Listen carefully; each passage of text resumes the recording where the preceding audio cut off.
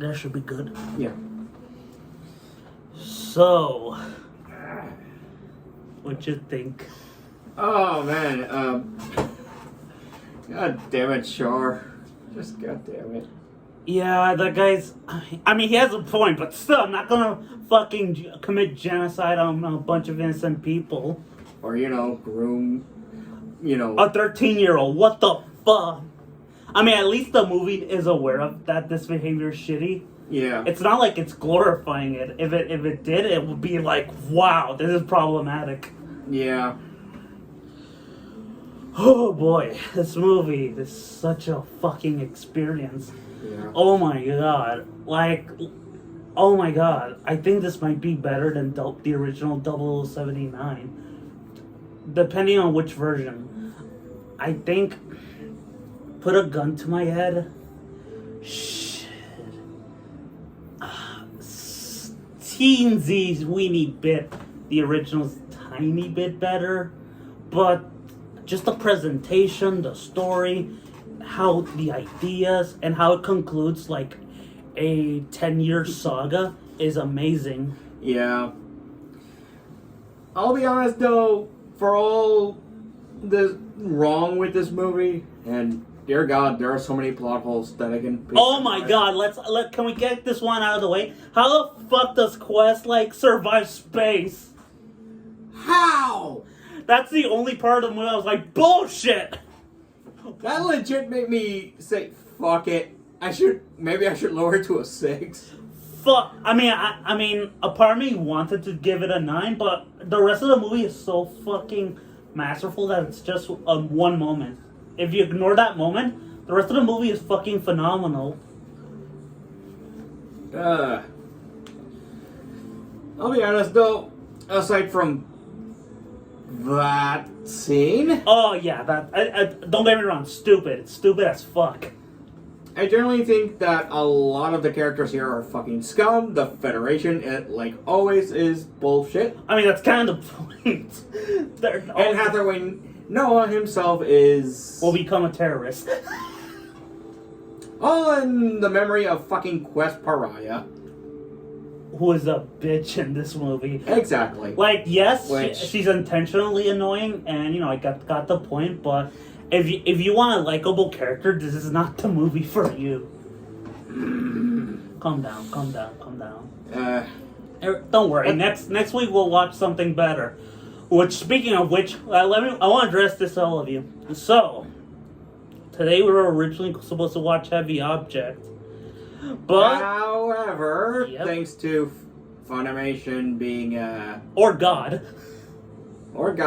deciding to say, yeah, no, we're not gonna be able to watch that since it won't let us through the Funimation app. So I said, fuck it. I bought the Blu-ray. We're gonna watch it in about 3 weeks. If it arrives early, we'll watch it either next week or whenever it comes. Yeah.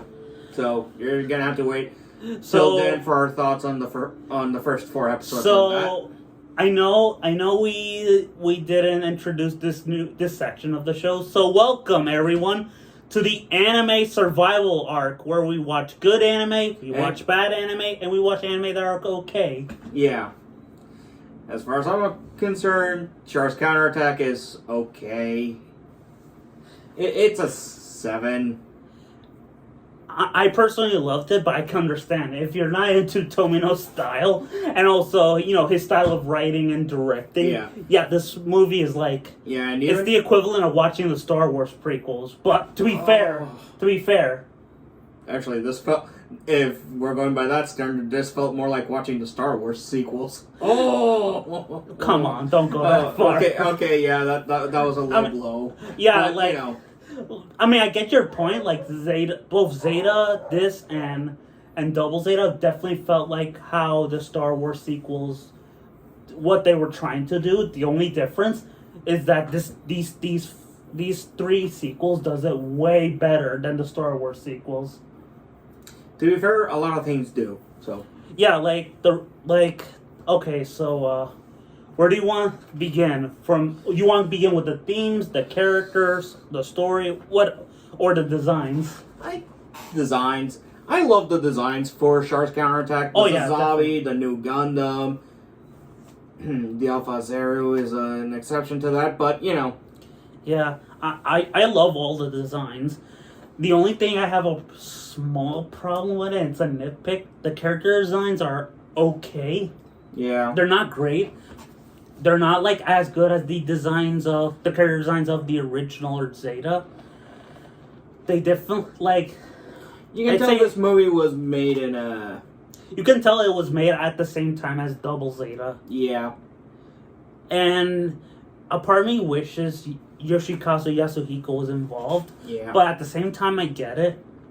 Like, to him, the only Gundam for him was the original, hence why he constantly retells it in either with Kukuru's Doan's Island or the Origin manga or the Origin prequel of VAs.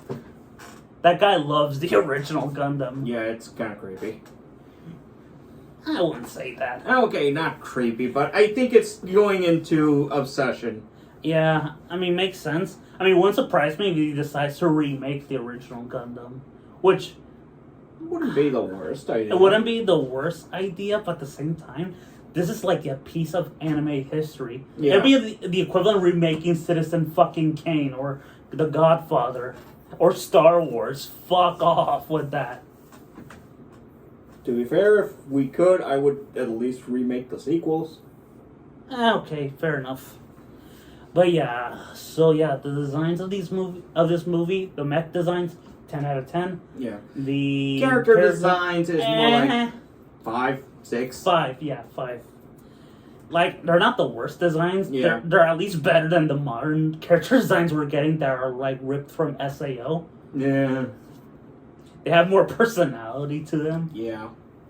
But yeah, so let's start with Let's continue with characters.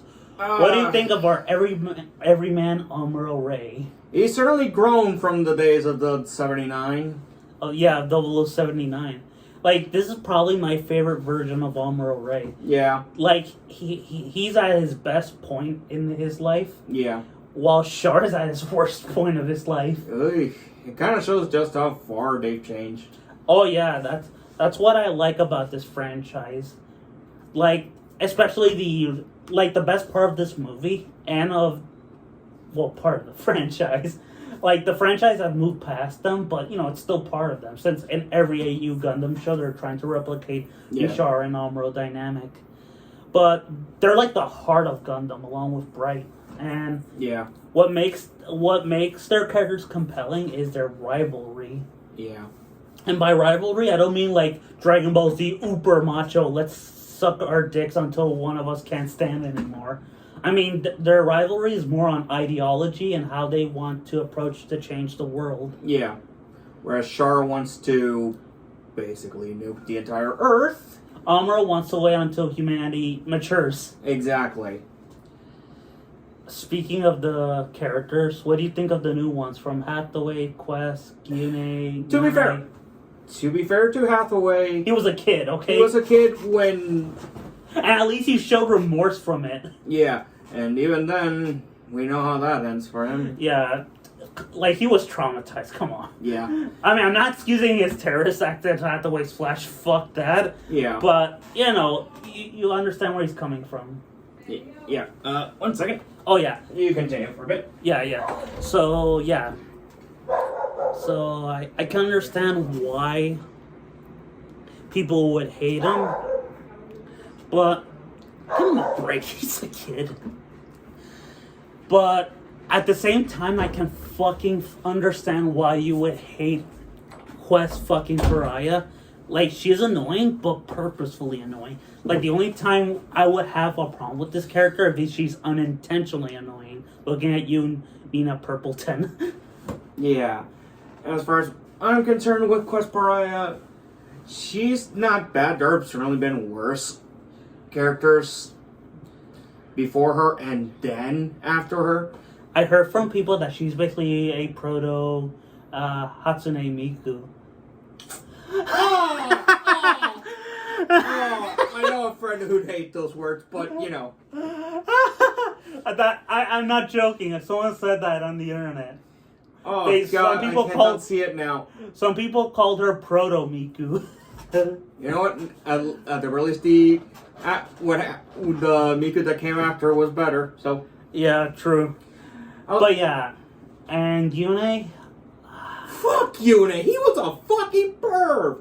He was perving on a 13-year-old girl. I mean, at least the movie's aware his behavior is really bad. Then again, he gets slapped by Quest constantly. Yeah. So the movie's aware that this guy's a shithead. Yeah. I mean, again, to be fair, he's the cyber new type, so it's He's it's on par emotionally. for them at this point to be fucked in the head in some way. Yeah, they're emotionally unstable. Speaking of Gyune, can I tell you something I heard on the internet? I don't know if it's true or not. It's a rumor, maybe. It could be confirmed. I don't know. Okay. But it's rumored that Gyune was originally supposed to be Camille, and but the producer didn't like that, so they switched. Gyune is basically Camille's analog. I hate everything about that. Yeah. And again, we're back. So as I was saying on the thoughts of Yune being an analog for Camille, fuck no. I'm glad they changed that. I hope to God that's a rumor because that makes no sense for Camille's character. Yeah. Like Camille's character, like he's the opposite of Hathaway. Yeah. Like he's basically takes the best of both Amuro and Char, while Hathaway takes the worst of Amuro and Char. Yeah. Mostly Char, but you know. You get the idea. But yeah, I doubt Camille would even ever think of even joining Char after Zeta. But, He would punch him in the fucking face. In fact, I think that happened in a Super Robot Wars game. Well, he does insult full frontal at one point, so. Yeah, I want to see that so badly. Oh my god. Like, tune in next time when we plays through Super Robot Wars V. But yeah, anyway, going back to this movie. But yeah, I hope that's a rumor because I'm thankful the producer stepped in. That's one of the few times I'll accept the producer coming in. Yeah. But Kind of a shame we didn't get Yuda Ashta fighting Char, just like, or, you know, Like, trying I to wish kill Judah for Haman. Yeah, I wish all the characters would appear, but at the same time, this movie was more about Amuro and Char's rivalry, but also, here's the thing I noticed. It's also about how we repeat the same cycles. Like, for example, the movie is, like, fixated on the Lalah Sune thing. Yeah. But there's a point to it beyond being, like, depression porn. Yeah. It's basically a theme that Gundam has tackled and will tackle even for with Turn A. But it's about, basically the movie is also about how we repeat the same cycles. And this movie, I mean, it doesn't break from the cycle, but it's saying we have to try to break from this cycle of violence and hatred. Too bad it doesn't work out for this generation of Gundam. Yeah, it doesn't. World peace doesn't get achieved until Turn A Gundam. But yeah, like, fuck.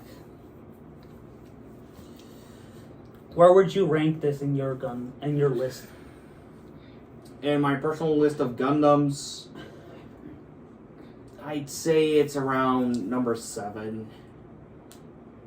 So in the top 10? In the top 10, it's nowhere near the top 5. Okay, so number 5 would be the original. Number 4, Char's Counterattack. Like, the reason I like Char's Counterattack more is specifically because just because of the technical aspects of it. Like, don't get me wrong, the original Gundam was a technical masterpiece, but this is like they gave the budget of an actual film to a bunch of TV creators, and they made a fucking spectacle movie out of it. Yeah. Kind of wish this was, adapted as a show as well. Oh yeah, that's my minor complaint. Like it's not as dense and confusing as F91, but there's some parts where it could have benefited from a 13-episode show. Yeah. Like, not a 50 episode, because this 13 is fine. But I feel like this is, like, Tomino's style has always been, like, cramming, like, 110,000 ideas together. Yeah. Despite it being kind of confusing to the audience. That's what he did with G-Reco. That's what he did with King Gainer. That's what he did with Brain Powered. The only shows that don't have that problem are his 50 episode shows. Yeah. And even then, some of his 50 episode shows can be confusing. Like Heavy Metal Elgime. Like, I knew who was the bad guy of the whole, like, around where I was almost ending the series, but I had a friend of mine who was like, what the fuck was going on? Well, how did this happen? What the? And I'm like, I get it. Don't worry. I understand. It's confusing as all hell, but yeah, hey, at the very least, the robots are cool. Yeah, it's one of those, Tomino's one of those directors that the more you know of his style and the more you engage with it, the more you love his works. Like, I bet to you, like, if you watch more of his works and engage with what he's trying to do with his style and all that stuff, I think you'll love Char's Counterattack more in the next time. Yeah. Like, you know, maybe one of these days we'll watch one of his other works, like Dunbine or something like that. But yeah, like, this is like Tomino. Yes, this movie is dense, but it's not F91 dense. Yeah. Yeah, I'll give it that at least. Yeah, and also, like, oh boy. So where do you want to begin? I mean, I already talked about some of the themes, but what other themes did you pick up in the movie? Honestly, when it comes to the themes, honestly, aside from the anti-war message, but that's part for the norm. Yeah, I'm like, okay, I just want to say this. I mean, not to you, but to our fucking audience. Gundam is more than, oh, war is bad. There's more to Gundam than just, oh, it's an anti-war mecha anime. No, there's more to it. Like Zeta, that's like a critique on a patriarchy. Double Zeta, that's basically a comedy. Unfortunately. Yeah, and Char's Counterattack is not just a finale, but it also deals with themes about repeating cycles. Yeah. Yeah. As a finale for Amuro's and Char's story, it's fantastic. It's fantastic. But as a finale to the overall saga, I can see why some people will find it flawed, since it doesn't feature all the characters from the And I'll also admit why so many times whenever someone in the Super Robot War games, whenever they bring up Char's Counterattack, they have to change Char's character. Not the character, his reasonings for Axis. I mean, his reasonings make sense for me. Like, I'm not excusing his behavior. Like, I'm not excusing him committing genocide on the whole planet. But I would be on his side, but if we just destroy the Earth Federation bases. Or, the leadership. Exactly, that's what I'm saying. The leadership. Just launch that asteroid onto the leadership. On the fucking Federation bases. Yeah. And build something new from it. Yeah. But the whole point, at the same time, I get it. This whole thing, like, I think Char wanted to do that, but at the same time, he wants something new to be built by the next generation. And what he started with Amuro. Yeah, I find it really interesting that a new generation is born at the end of the movie, while a older generation is scarred from what just happened with Hathaway and the baby at the end. Yeah. Like, again, it's like poetry. It rhymes. I love Lucas. Like, I love that line he delivered. Like, I'm using one more time. But yeah, hi. As I was rudely interrupted by the camera. But yeah, I find it interesting that it ends with a new life born, but an old life scarred. Yeah. So yeah. My God, this was an experience. This is like the equivalent of watching 2001: A Space Odyssey in theaters. Only with much more action, less silence. Yeah. And, less killer AI. Did you... Fuck hell. Fuck. So, I give it a 10 out of 10. What about you? 7. This movie is good, but it has its problems. I think this movie's a masterpiece, but it's not for everyone. It's kind of like how it's not... A Clockwork Orange is not a movie for everyone. So yeah, thank you for seeing us. We see you next week for the anime survival arc. Bye! See ya.